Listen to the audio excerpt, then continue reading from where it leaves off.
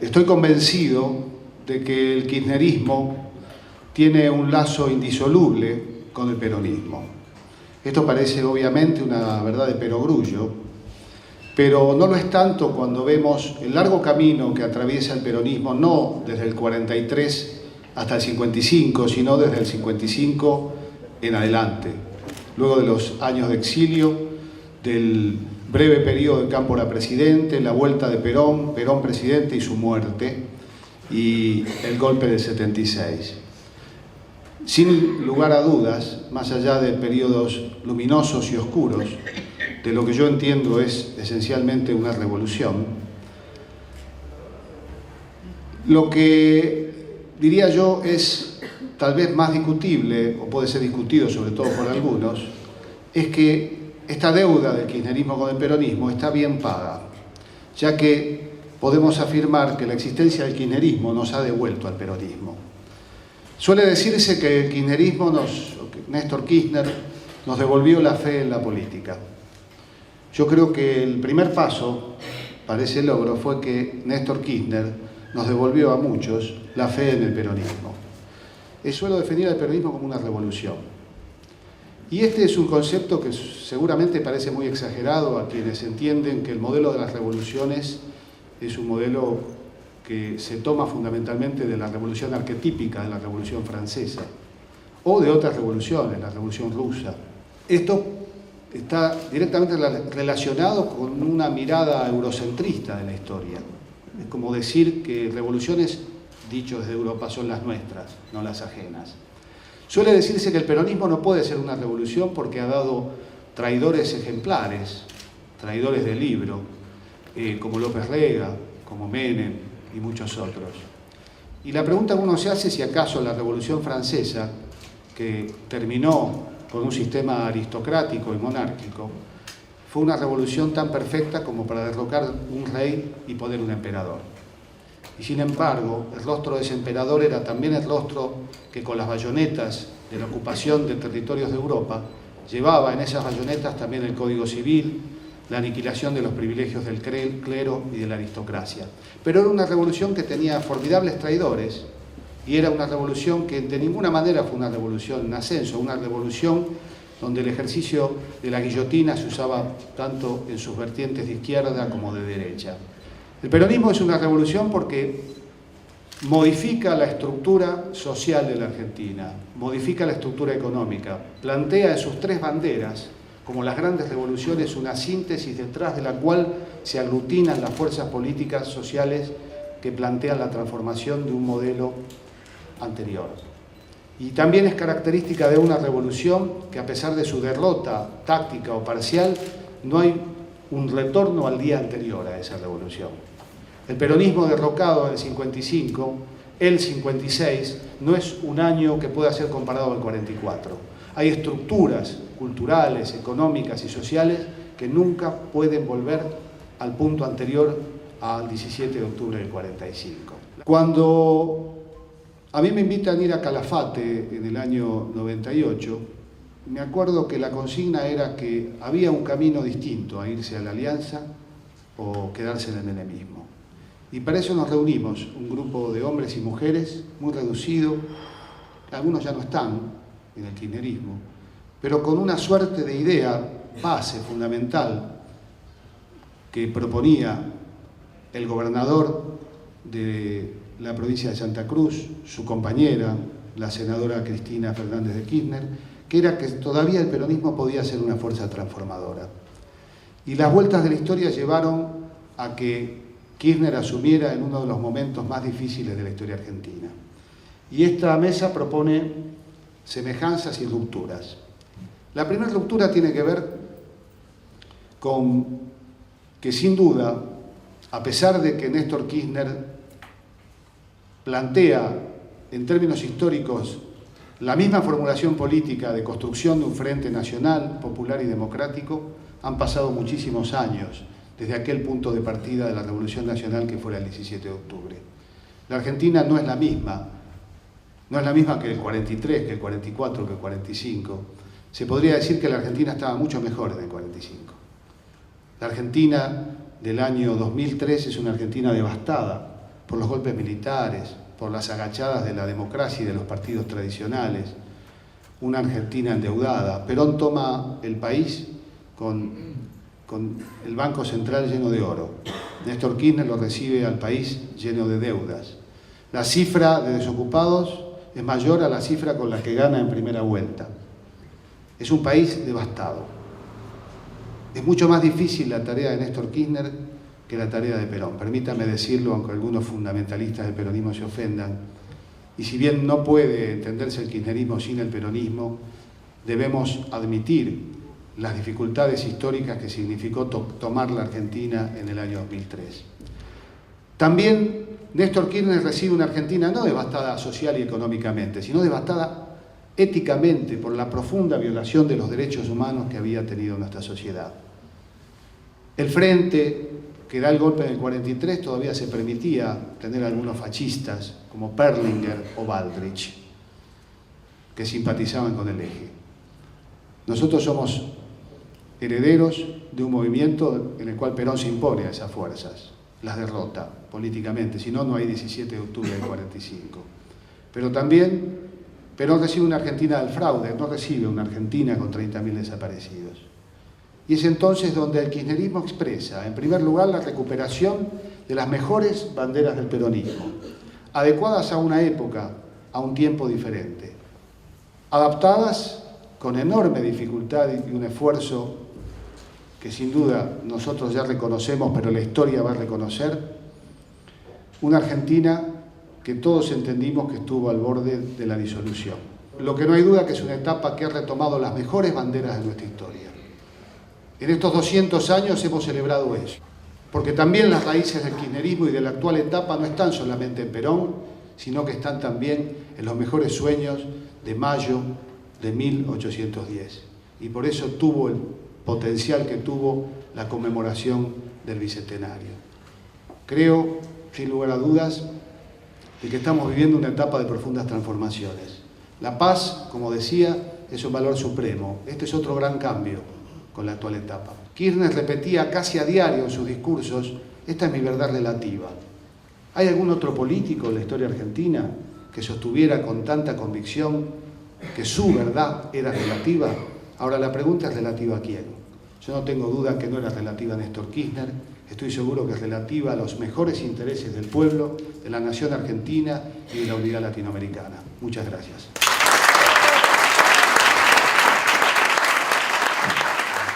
Si pudiéramos reducir la política a una ecuación matemática y pudiéramos comprender el periodo que va de 2003 al 2008, yo lo ejemplificaría con dos gráficos.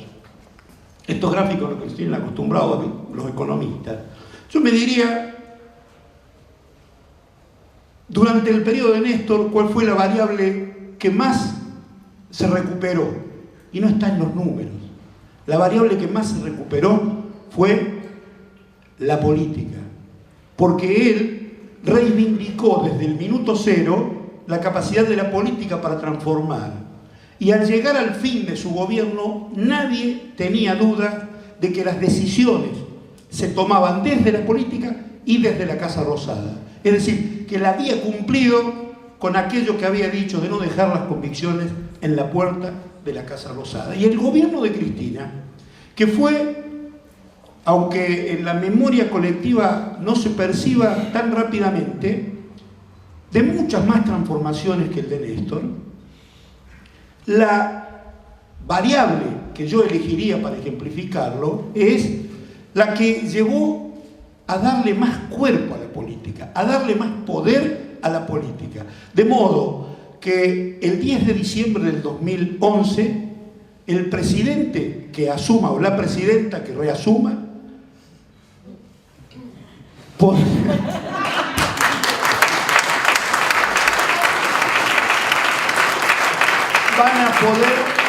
van a poder decidir desde la política mucho más que lo que podía decidir desde la política en el 2003 Néstor Carlos Kirchner. Y esto, la primera que reconoce esto y lo valora es Cristina. Y yo, no sé si ustedes recuerdan un acto hace poco en el Salón de los Patriotas. Miró los cuadros Y en esos momentos en donde se inspira bastante seguido, pero digo, en esos momentos claves dice, si él no hubiera sacado aquel cuadro, yo no podría haber colgado todos estos.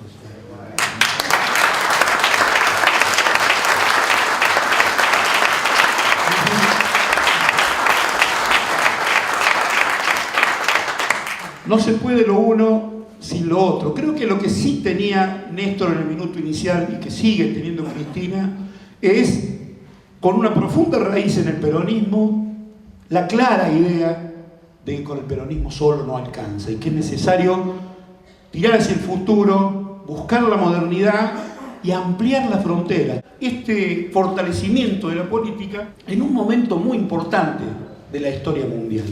Porque digo, muchos, los que hemos estudiado abogacía, sobre todo, vamos a tener que repensar desde otros paradigmas hasta el derecho.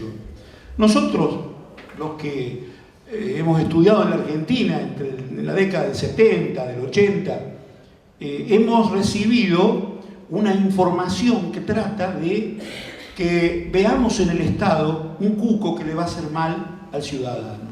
Y esa realidad, que era un poco hija de aquella lucha contra el feudalismo, de la burguesía, tiene hoy otras características. Yo digo, ha habido un fenómeno de empequeñecimiento de los estados frente a las corporaciones, que es la característica actual. Ni estados como Estados Unidos, ni toda la Comunidad Económica Europea pueden desde el Estado imponerle a las corporaciones financieras, a las corporaciones de venta de la guerra, a ninguna corporación, ningún tipo de conducta. Antes bien, son como hojas al viento ante la voluntad de esos poderes concentrados. Entonces, el Estado que debemos reestudiar es el único lugar desde donde, desde el bien común, se puede tratar de reparar, reconstruir, proteger, ayudar, promover. Y por eso esta revalorización de la política, que ha sido clave en la Argentina, tiene que ser la clave para cambiar en el mundo. Basta de combatir la crisis con el remedio que nos dan los que la provocaron. Esta crisis tiene una salida, que es la salida que tuvo en la Argentina, sin transferir el ajuste a los pueblos, que paguen la crisis los que la provocaron y cambiando las cosas para que impere más la igualdad en el mundo. Esto es el sentido que tienen que tomar los acontecimientos, y en ese marco revalorizar la política como un lugar de participación de todos, en donde todavía se puede decidir desde el voto, un hombre, un voto. Creo que me he extendido un poco más de lo que debía y quería dejar esto. Participen en la política, interésense de la política, porque es el único lugar desde donde podemos ayudar a los demás.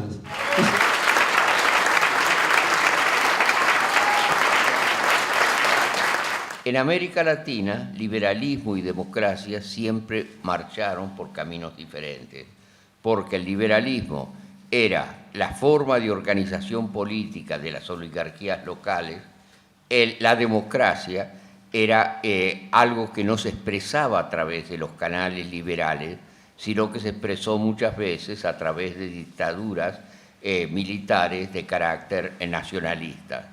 Y regímenes que eran predominantemente democráticos, en esta medida fueron formalmente antiliberales. Pongan esto en relación con lo que decía antes acerca de las estructuras clientelísticas.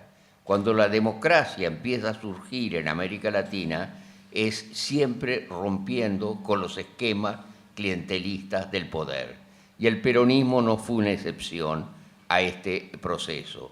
Hubo muchos otros procesos en América Latina que también transitaron por vías similares.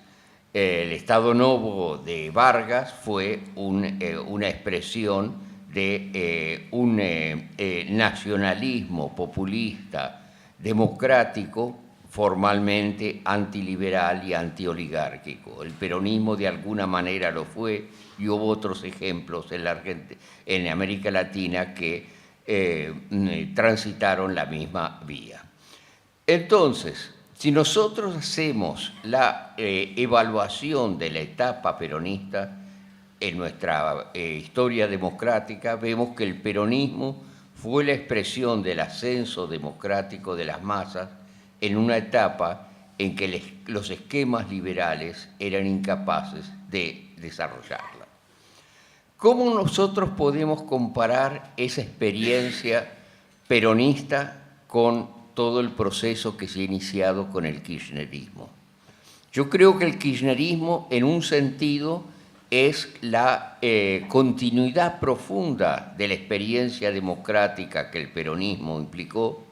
En otro sentido, consiste en una etapa enteramente diferente. Es decir, no se puede simplemente asimilar el kirchnerismo al peronismo histórico. ¿En qué sentido el kirchnerismo representa una fase de tipo nuevo? En varios sentidos. En primer término, la base social del peronismo histórico y la base social del proceso de renovación que el kirchnerismo inicia en la Argentina, acerca de los cuales los que me han precedido en el uso de la palabra han expresado sus dimensiones esenciales, son distintas. El peronismo se basó todavía en una centralidad del movimiento sindical como único actor democrático en la sociedad. La base histórica del peronismo fue haber creado los sindicatos de industria más fuertes de América Latina y sobre la base de esta centralidad sindical llegó a constituir un gobierno popular. ¿Qué es lo que ha cambiado desde el punto de vista de esta base social en la Argentina contemporánea? Ha cambiado que los actores sociales son mucho más heterogéneos que en el pasado y que lo que Carlos Zanini hablaba, el momento de la articulación política pasa a tener una centralidad que no había tenido para el peronismo histórico. Es decir, el momento de la articulación entre movimientos sociales heterogéneos es absolutamente algo que está en el centro de la política argentina actual. Después de la crisis del 2001, hubo en la Argentina una proliferación de nuevos actores sociales. Fábricas recuperadas, los piqueteros, sectores de este tipo.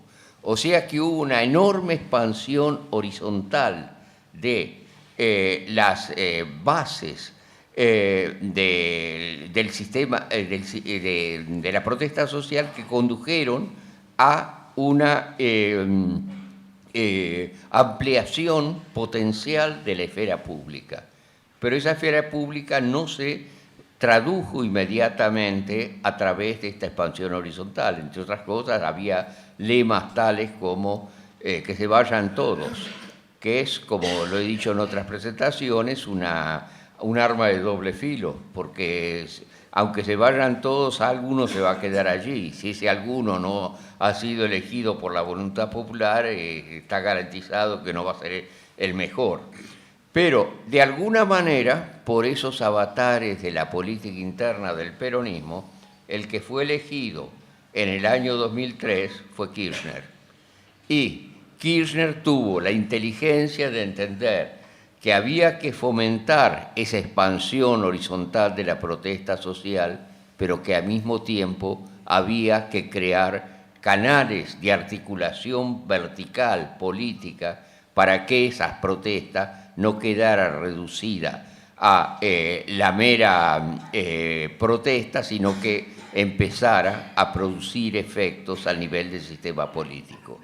Y ese modelo nuevo que estamos creando, es, yo creo, la contribución fundamental que el kirchnerismo está haciendo a la política argentina.